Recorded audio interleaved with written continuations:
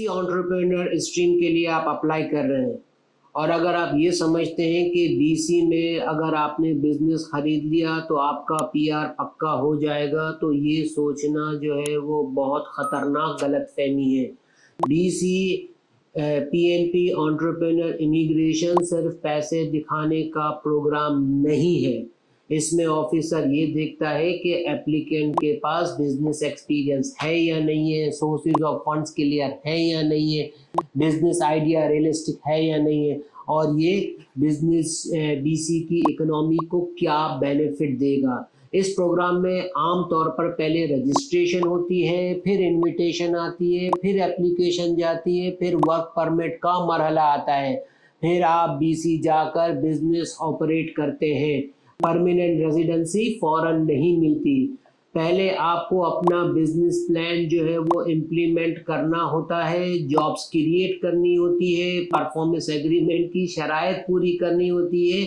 इसलिए सिर्फ ये कहना कि मेरे पास पैसा है ये काफ़ी नहीं है। असल सवाल ये है कि क्या आपका बिजनेस कनाडा में वाकई चल सकता है या नहीं चल सकता। ये सिर्फ और सिर्फ जनरल इंफॉर्मेशन है और हर केस जो होता है मुख्तलिफ होता है। प्रोफेशनल कंसल्टेशन के लिए आप हमसे जो है वो कनेक्ट कर सकते हैं। Thank you very much. BC के पीएनपी एंटरप्रेन्योर स्ट्रीम में बेस स्ट्रीम और रीजनल स्ट्रीम का आपको फ़र्क बिल्कुल पता होना चाहिए, क्योंकि गलत स्ट्रीम चुनना पूरे केस को जो है वो क्या कर देता है, कमज़ोर कर सकता है। बीसी बेस स्ट्रीम उन एप्लीकेंट के लिए है जो कि बिजनेस में नया बिजनेस शुरू करना चाहते हैं या मौजूदा बिजनेस खरीदकर उसको इम्प्रूव और ग्रो करना चाहते हैं। इसमें आम तौर पर कम से कम 6 लाख कनेडियन डॉलर की नेटवर्थ और कम से कम 2 लाख कनेडियन डॉलर की जो होता है वो इन्वेस्टमेंट दरकार होती है, और कम से कम एक फुल टाइम जॉब तो आपको क्रिएट करनी ही करनी है। रीजनल स्ट्रीम जो होता है वो छोटी कम्युनिटीज़ के लिए होती है। इसमें आमतौर पर जो होता है कम से कम 3 लाख कनेडियन डॉलर की नेटवर्थ होती है और कम से कम 1 लाख कनेडियन डॉलर आपको इन्वेस्टमेंट करनी होती है। कम्युनिटी का रेफरल आपको लेना पड़ेगा, एक्सप्लोरेटरी विजिट करनी पड़ेगी, बिजनेस का कम्युनिटी की जो इकोनॉमी है उसके साथ उनकी का मैच करना ज़रूरी है।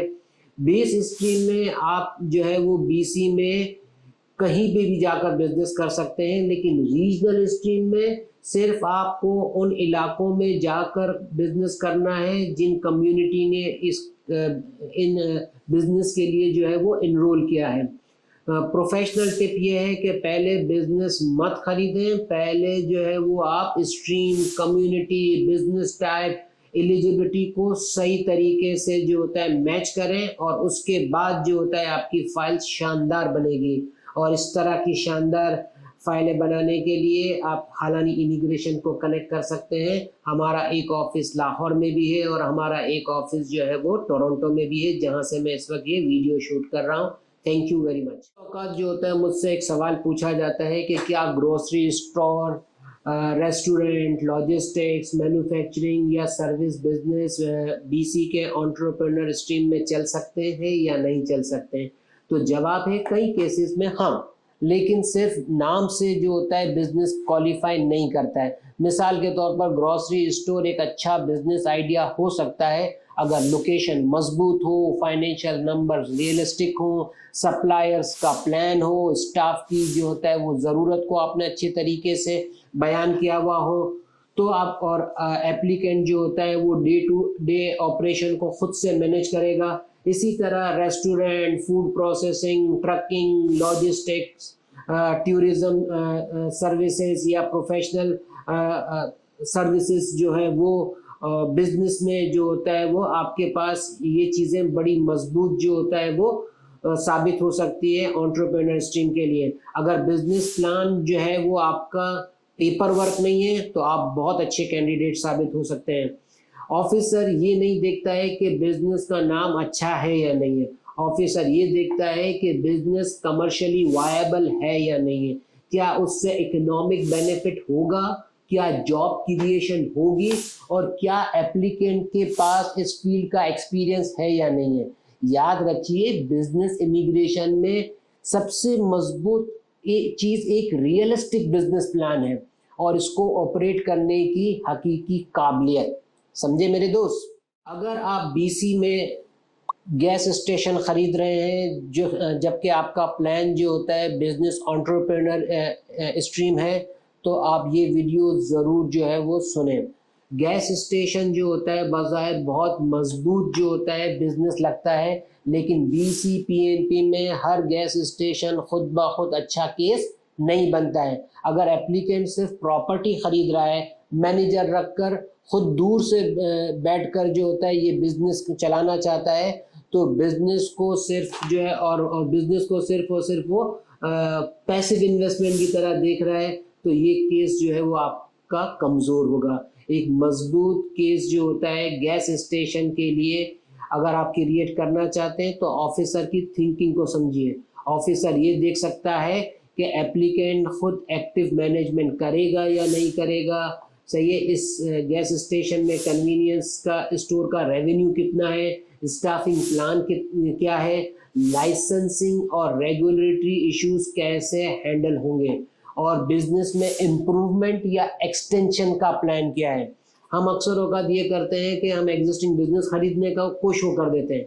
भाई इसमें आपको इम्प्रूवमेंट और आप उसको कैसे उस बिजनेस को बढ़ाएंगे उसका प्लान बहुत ही ज़्यादा अहम है। ग्रोसरी स्टोर्स के लिए भी यही उसूल है।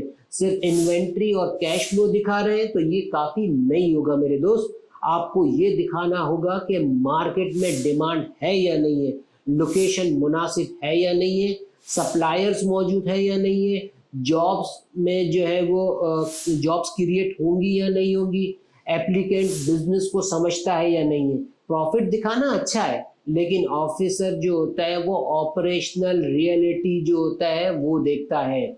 समझे मेरे भाई? अगर आप बीसी के एंटरप्रेन्योर स्ट्रीम के लिए अप्लाई कर रहे हैं और अगर आप ये सोच रहे हैं कि फ्रेंचाइजीज जो होता है क्या एक आसान रास्ता है, तो ऐसा नहीं है, लेकिन कई केसेस में ये एक मजबूत रास्ता ज़रूर है। फ्रेंचाइजीज का फ़ायदा ये होता है कि ब्रांड पहले से मौजूद होता है, सिस्टम बना हुआ होता है, ट्रेनिंग आपको मिल सकती है और मार्केट में जो होता है वो पहले से एक पहचान क्रिएट हुई हुई होती है। लेकिन बीसी पीएनपी एंटरप्रेन्योर में सिर्फ मशहूर नाम काफ़ी नहीं होता है। फ्रेंचाइजीज को जो होता है वेल इस्टेब्लिश होना चाहिए, उनका फाइनेंशियल ट्रैक रिकॉर्ड अच्छा होना चाहिए और फ्रेंचाइजर्स की तरफ से सपोर्ट जो होता है वो वाज़ेह होना चाहिए। अगर आप फ्रेंचाइजीज लोकेशन खोल रहे हैं तो बिजनेस प्लान में ये बताना होगा कि लोकेशन क्यों मुनासिब है, स्टाफिंग कैसे होगी, मार्केटिंग कैसे होगी और आप खुद बिजनेस कैसे ऑपरेट करेंगे।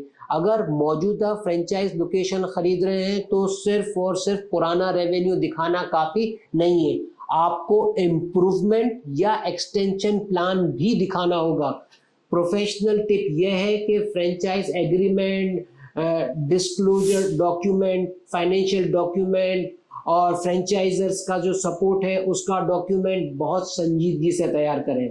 समझे मेरे भाई? ये बहुत ही ज़्यादा अहम चीज़ है। अगर आप बिजनेस प्लान के लिए जो कि आपका बीसी एंटरप्रेन्योर स्ट्रीम के लिए है, अगर आप अप्लाई कर रहे हैं तो कुछ ख़तरनाक आइडियाज़ हैं जिनसे आपको बचना चाहिए, या यूँ समझिए कि इनएलिजिबल बिजनेसेस हैं, आपको वो बिजनेसेस यहाँ पर नहीं खोलना चाहिए। सबसे बड़ा मसला तो जो होता है वो पैसिव इन्वेस्टमेंट का होता है। अगर एप्लीकेंट सिर्फ पैसा लगाना चाहता है मगर बिजनेस को खुद एक्टिव तरीके से मैनेज नहीं करना चाहता, तो ये बिजनेस इमिग्रेशन के मकसद के बिल्कुल खिलाफ है। इसीलिए कुछ मिसालें मैं आपको दे रहा हूँ कि आपको जो होता है उनके लिए बहुत ही ज़्यादा जो होता है वो एहतियात बरतनी है, जैसे कि home based business, hobby farming, payday loan, money changing, pawn broker, tanning salon, coin operated laundry, automatic car wash, real estate brokerage, insurance brokerage, business brokerage, real estate development और सबसे ख़तरनाक चीज़ सिर्फ और सिर्फ इंपोर्ट एंड एक्सपोर्ट। अगर आपने import and export कर रहे हैं लेकिन अगर आपने उसमें वैल्यू एडिशन शो नहीं किए तो इंपोर्ट एंड एक्सपोर्ट जैसा बिजनेस भी जो होता है वो आपके लिए मसला बन सकता है। मैं आपको सिर्फ डरा नहीं रहा हूँ, यहाँ पर आपको जो है वो ये बता रहा हूँ कि एप्लीकेंट पहले से सही जो होता है वो ड्यू डिलीजेंस करें। बिजनेस इमिग्रेशन में गलत बिजनेस चुनना सिर्फ पैसे का नुकसान नहीं है, आपका इमिग्रेशन का जो केस भी खराब होगा और आपकी हिस्ट्री भी खराब होगी। इसीलिए बिजनेस खरीदने से पहले एलिजिबिलिटी और बिजनेस स्ट्रक्चर को आपने जरूर चेक करना है। सही है मेरे भाई। बीसी पीएनपी एंटरप्रेन्योर इमिग्रेशन में असल गेम जो है वो रजिस्ट्रेशन के बाद शुरू होता है। पहले आप बिजनेस कॉन्सेप्ट तैयार करते हैं, फिर रजिस्ट्रेशन जमा होती है। अगर स्कोर और प्रोफाइल मजबूत है तो इनविटेशन आ सकती है। इनविटेशन के बाद net worth verification, sources of funds, business plan, financial documents और सपोर्टिंग जो होता है एविडेंसेस बहुत ही ज़्यादा अहम होते हैं। अगर एप्लीकेशन अप्रूव हो जाए तो आपको वर्क परमिट सपोर्ट लेटर मिल सकता है। अगर आप बीसी जाकर बिजनेस सेटअप करेंगे या तो जो है वो आप बिजनेस ऑपरेट करेंगे, ये भी आपको बताना ज़रूरी होता है। इस मरहले पर आपको परफॉर्मेंस एग्रीमेंट की शराइत भी पूरी करनी होती है, जैसे कि investment, job creation, active management और इवन बीसी में रिहाइश भी आपको जो है वो अपनी रखनी पड़ती है। आखिर में फाइनल रिपोर्ट आप प्रोविंस को जमा करवाते हो। फिर जो होता है बीसी पीएनपी अगर मुतमईन होता है तो फिर जो होता है आपको नॉमिनेशन मिलता है और फिर परमानेंट रेजिडेंसी की एप्लीकेशन आप आईआरसीसी को जमा करवाते हैं। याद रखिए ये बिजनेस परफॉर्मेंस का रास्ता है, सिर्फ पेपर एप्लीकेशन का नहीं है। पहले परफॉर्मेंस दिखाओ फिर नॉमिनेशन मिलेगा। हर केस मुख्तलिफ होता है, इसीलिए प्रोफेशनल असेसमेंट बहुत ज़्यादा ज़रूरी है और हालांकि इमिग्रेशन इस चीज़ में बहुत ही ज़्यादा एक्सपर्ट है। हमारा ऑफिस टोरंटो में भी है, लाहौर में भी है। आप हमसे कनेक्ट कर सकते हैं, हम आपकी जो है वो एप्लीकेशन तैयार करेंगे बीसी एंटरप्रेन्योर की। आपका बहुत बहुत शुक्रिया।